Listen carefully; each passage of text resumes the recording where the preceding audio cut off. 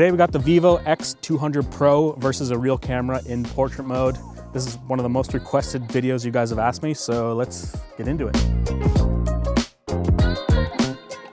So the cool thing about this phone is they put the high resolution, high megapixel sensor in the telephoto camera. I think that's why everyone kept telling me to review this phone. So it's 85 millimeters, but then you can also do a sensor crop to 135 millimeters. So I think that's what we're gonna start with, is the 85 millimeter lens, and I'll get this thing at 85, and we're shooting at f2.8. I'm so cold. All right, here we go. By the way, it's like -10 out here, and who knows, it might even be colder. 3, 2, 1, nice. 3, 2, 1. Oh, it looks so good. It looks so good. That wind is not fun. Maybe the coat isn't as warm as we think, because it's not real fur. All right, here we go. We're gonna start with the phone this time. 3, 2, 1. Hold it. 3, 2, 1. Hold it. Okay, so I'm gonna switch to the 135 mil option here. This is gonna be like a tight headshot, so I don't know if you want to bring the mitts into the frame. Ooh, that's sick. Okay, one more. 3, 2, 1. Camera. 3, 2, 1. It's crazy how sharp it is. It's crazy how the hair is not being cut out. It's keeping every strand. I don't know what magic they're doing. Yeah, that's gonna look sick. All right, here we go. 3, 2, 1. Keep holding. 3, 2, 1. Love that. That's such a sick shot.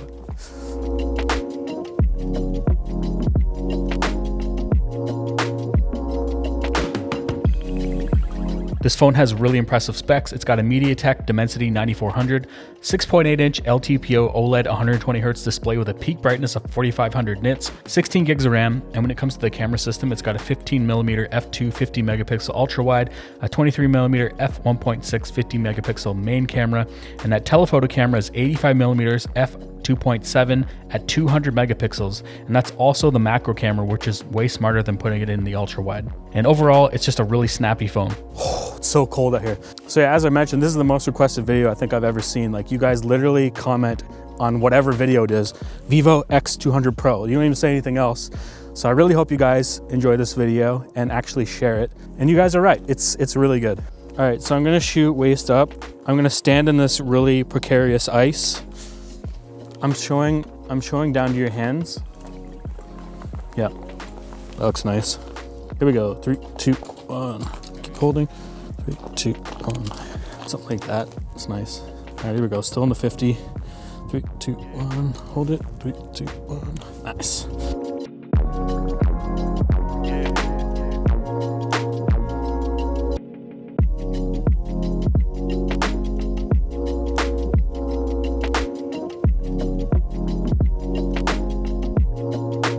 All right, so I'm gonna go 35, which is a bit wider. And that's kind of the max that this lens can go anyway, because this lens is 35 to 150. I'm doing pregnancy breathing. It's so cold. At least we don't have to worry about overheating. All right, here we go. Down to your feet. 3, 2, 1. Keep holding. 3, 2, 1. Nice. The colors look so good.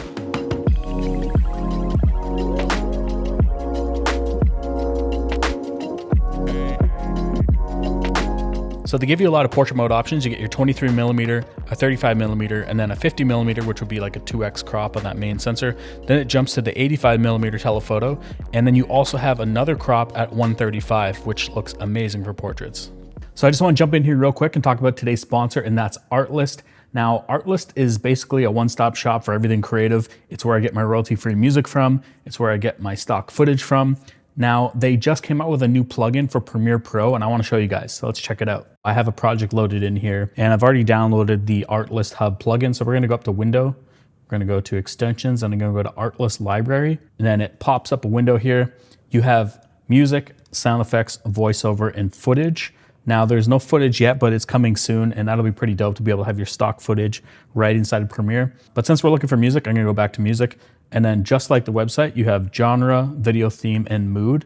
And for genre, I'm gonna go to like hip hop. But the cool thing is you can actually sync it to your timeline. So we're gonna come down here where it says timeline sync, turn that on. And now when you play back your track, you'll hear it in line with the actual timeline footage as well. Pixel sensor in the telephoto camera. I think that's why everyone kept telling me to review this phone. So once you find the track you actually like, you only have to drag it down into the timeline. So just click on it, drag it down into the timeline here, and it shows up in a new track.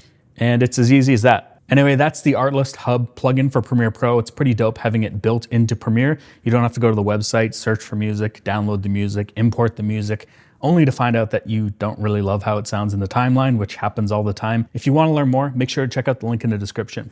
So on most phones, the f-stop usually stops around like f1.4 of their like fake bokeh. But on this phone, you can actually go to f.95, which is crazy. There aren't too many lenses that can actually do that in the real world. But if we do that, like it just blurs the background. It's like, it looks so fake. So I wouldn't suggest doing that. I'd stick around at like f4 to f2.8.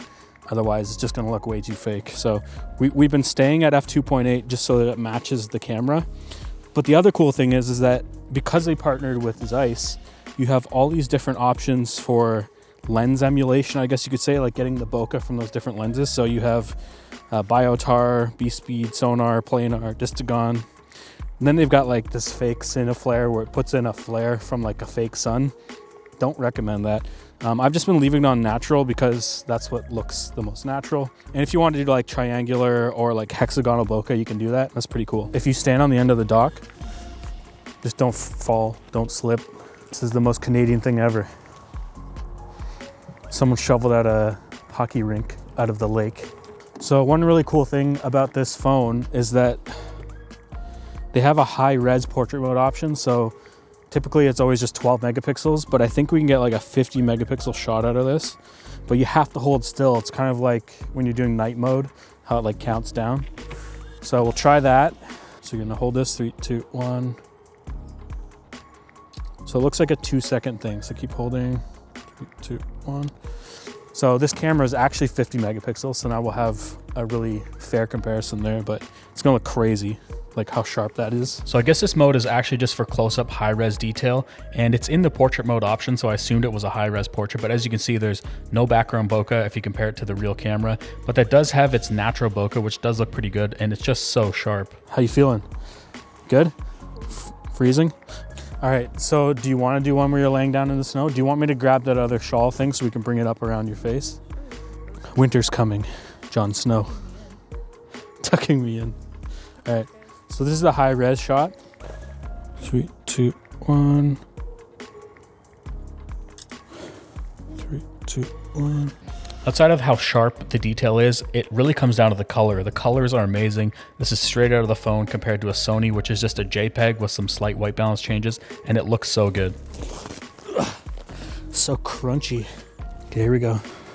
3, 2, 1. Keep holding. 3, 2, 1. Nice. I can't hit the button. My hand's so like frozen solid. Okay, 3, 2, 1.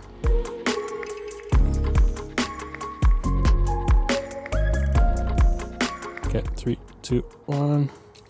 Keep holding that. 3, 2, 1. I gotta zoom out a little bit on this. One more. 3, 2, 1. This is actually a really challenging scene for portrait mode because there's so much going on behind you. I'm really curious how it's dealing with it. Do you want to bring your hands up in frame again? Kind of like you had it, yeah. And then bring your left arm up, just hand up just a little bit more. All right, here we go. 3, 2, 1. One more. 3, 2, 1. Keep holding that. Love it. Switching to 135 millimeters is so much better because it really blurs the background out and like kind of pulls it in. Amazing.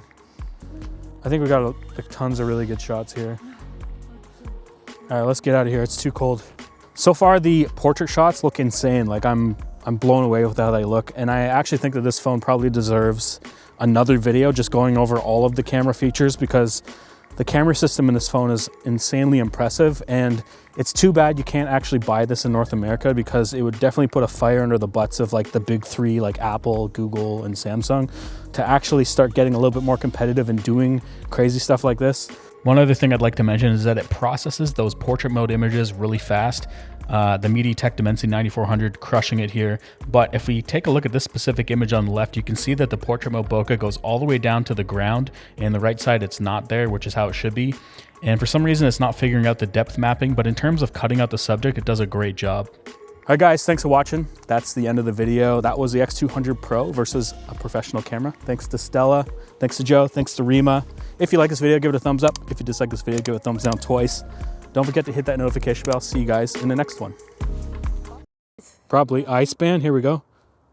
Whoa, you look like Yeah, you want bigger mouth?